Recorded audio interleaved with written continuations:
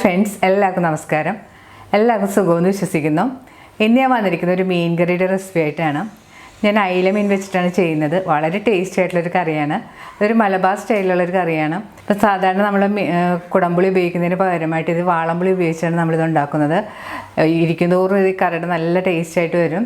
അപ്പോൾ നിങ്ങളിത് ട്രൈ ചെയ്ത് നോക്കുക. നമ്മൾ കുറേയധികം മീൻ കറിയുടെ റെസിപ്പീസൊക്കെ ഇട്ടിട്ടുണ്ട്. അപ്പോൾ കാണാത്തവരാണെങ്കിൽ അതൊക്കെ കണ്ട് നോക്കാം.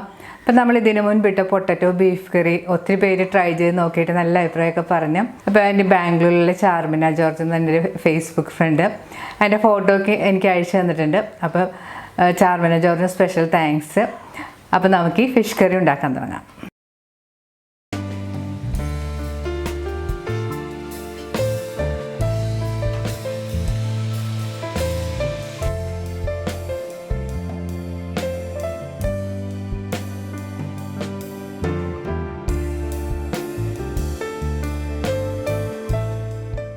കറി ഉണ്ടാക്കാനായിട്ട് ഞാനിവിടെ എടുത്തിരിക്കുന്നത് 1/2 കിലോ മീനാണ്.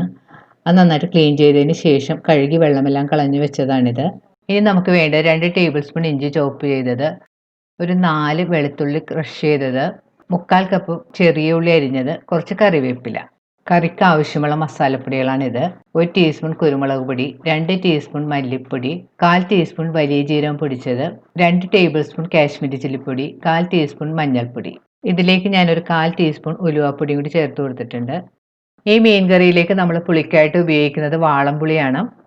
ഞാനിവിടെ ഒരു നെല്ലിക്ക വലുപ്പത്തിലുള്ള വാളംപുളി എടുത്തിട്ടുണ്ട്. അതൊരു പാത്രത്തിലേക്ക് ഇട്ടതിന് ശേഷം അതിലേക്കൊരു 1/2 കപ്പ് വെള്ളം ഒഴിച്ചു കൊടുക്കാം. വെള്ളം ഒഴിച്ചതിന് ശേഷം ഒന്ന് കൈകൊണ്ട് നന്നായിട്ട് നിരടി പിഴിഞ്ഞെടുക്കണം.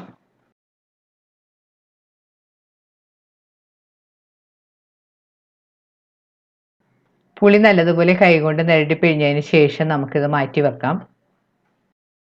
മീൻ കറി ഉണ്ടാക്കാനായിട്ട് ഞാനിവിടെ ഒരു മൺചട്ടി ചൂടാക്കാൻ വെച്ചിട്ടുണ്ട്.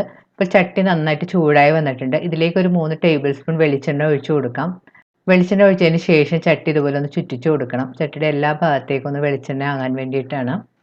ഇപ്പോൾ എണ്ണ നന്നായിട്ട് ചൂടായി വന്നിട്ടുണ്ട്. ഇതിലേക്ക് നമുക്ക് കുറച്ച് കറിവേപ്പില ഇട്ട് കൊടുക്കാം. ഇനി ഇതിലേക്ക് ഉള്ളി അരിഞ്ഞതും ഇഞ്ചിയും വെളുത്തുള്ളിയും കൂടി ചേർത്ത് കൊടുക്കാം. ഇവ ചേർത്ത് നന്നായിട്ട് വഴറ്റി കൊടുക്കണം.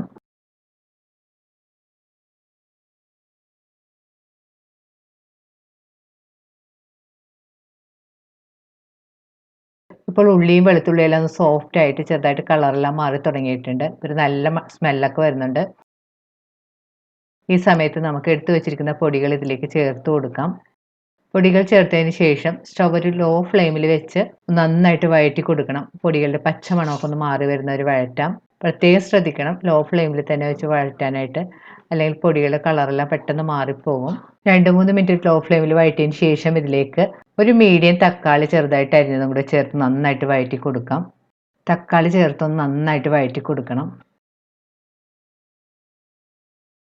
ഇപ്പോൾ തക്കാളിയൊക്കെ ഒന്ന് ചെറുതായിട്ട് ഉടഞ്ഞു വന്നിട്ടുണ്ട്. ഈ സമയത്ത് നമുക്ക് ഇതിലേക്ക് കുതിർത്ത് വെച്ചിരിക്കുന്ന പുളിവെള്ളം അതിൻ്റെ പിശുടെല്ലാം ഒന്ന് മാറ്റിയതിന് ശേഷം കറിയിലേക്ക് ഒഴിച്ചു കൊടുക്കാം.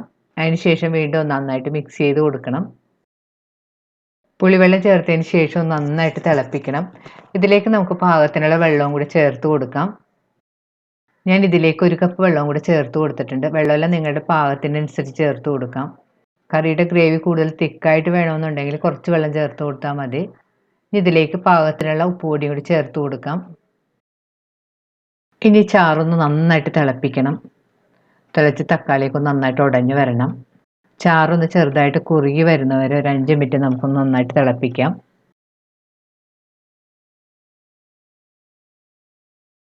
ഇപ്പോൾ ഗ്രേവി എല്ലാം ഒന്ന് കുറുകി തുടങ്ങിയിട്ട് ഈ സമയത്ത് നമുക്ക് ഇതിലേക്ക് എടുത്തു വെച്ചിരിക്കുന്ന മീൻ പെറുക്കിയിട്ട് കൊടുക്കാം.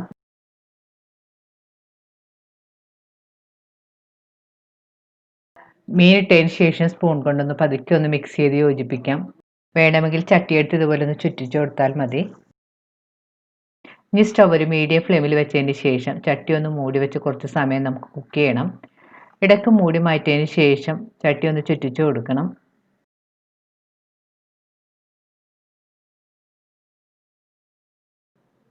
വീണ്ടും നമുക്ക് ചട്ടി മൂടി വെച്ച് കുറച്ച് സമയം കൂടി കുക്ക് ചെയ്യാം. ഏകദേശം 10-12 മിനിറ്റ് കൊണ്ട് മീൻ നല്ല പാകത്തിന് കുക്കായിട്ട് കിട്ടും. ഇപ്പോൾ മീൻ കുക്ക് ചെയ്യാൻ വെച്ചിട്ട് ഒരു 10 മിനിറ്റ് എല്ലാം കഴിഞ്ഞിട്ടുണ്ട്. നമുക്ക് തുറന്ന് നോക്കാം. ഈ കറിക്ക് ഞാനിവിടെ കാശ്മീരി ചില്ലി മാത്രമേ ഉപയോഗിച്ചിട്ടുണ്ടായിരുന്നുള്ളൂ. ഇത്തിരി എരിവ് കുറവ് പോലെ എനിക്ക് തോന്നി. അതുകൊണ്ട് ഞാൻ ഇതിലേക്ക് ഒരു പച്ചമുളകും കൂടി ചേർത്തിട്ടുണ്ട്.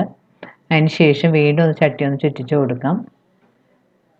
ഇപ്പം നമ്മുടെ കറി ഏകദേശം പാകമായിട്ടുണ്ട്. നന്നായിട്ട് എണ്ണയൊക്കെ തെളിഞ്ഞ് വന്നിട്ടുണ്ട്. കറി ടേസ്റ്റ് ചെയ്ത് നോക്കിയിട്ട് ഉപ്പെല്ലാം വേണമെങ്കിൽ പാകത്തിനുള്ള ഉപ്പെല്ലാം ചേർത്ത് കൊടുക്കണം.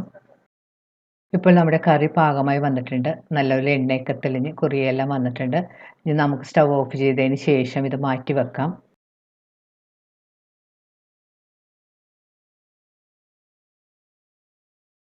കറിയിലേക്ക് കടുക് വറുത്തിടാനായിട്ട് ഞാനിവിടെ ഒരു ചെറിയ പാൻ ചൂടാക്കാൻ വെച്ചിട്ടുണ്ട്. പാൻ ചൂടാകുമ്പോൾ അതിലേക്ക് നമുക്ക് ആവശ്യത്തിന് വെളിച്ചെണ്ണ ഒഴിച്ചു കൊടുക്കാം. എണ്ണ നല്ലതുപോലെ ചൂടാകുമ്പോൾ ഇതിലേക്ക് 1/2 ടീസ്പൂൺ കടുകും 2 നുള്ളു ഉലുവയും കൂടി ചേർത്ത് പൊട്ടിക്കണം.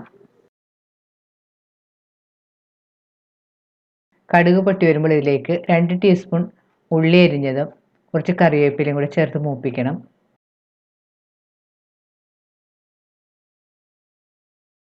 ഇപ്പോൾ ഉള്ളിയെല്ലാം മൂത്തൊരു ബ്രൗൺ കളറായി വന്നിട്ടുണ്ട്. ഇനി നമുക്ക് സ്റ്റവ് ഓഫ് ചെയ്യാം.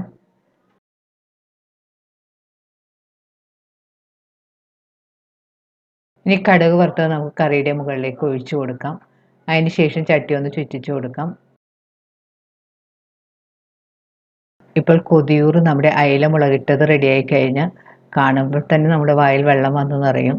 നല്ല ചൂട് ചോറിൻ്റെ കൂടെയും ചപ്പാത്തിയുടെ കൂടെയും പുട്ടിൻ്റെ കൂടെയൊക്കെ നല്ല കോമ്പിനേഷനാണ്. അപ്പം നിങ്ങളിത് ട്രൈ ചെയ്ത് നോക്കണം. ട്രൈ ചെയ്ത് നോക്കിയിട്ട് നിങ്ങളുടെ അഭിപ്രായം കമൻറ്റ് ബോക്സിൽ മറക്കരുത്. നിങ്ങളുടെ ഫ്രണ്ട്സായിട്ടൊക്കെ ഷെയർ ചെയ്യുക. വീണ്ടും ഇതുപോലെ നല്ല അടിപൊളി റെസിപ്പി ആയിട്ട് നമുക്ക് കാണാം. താങ്ക്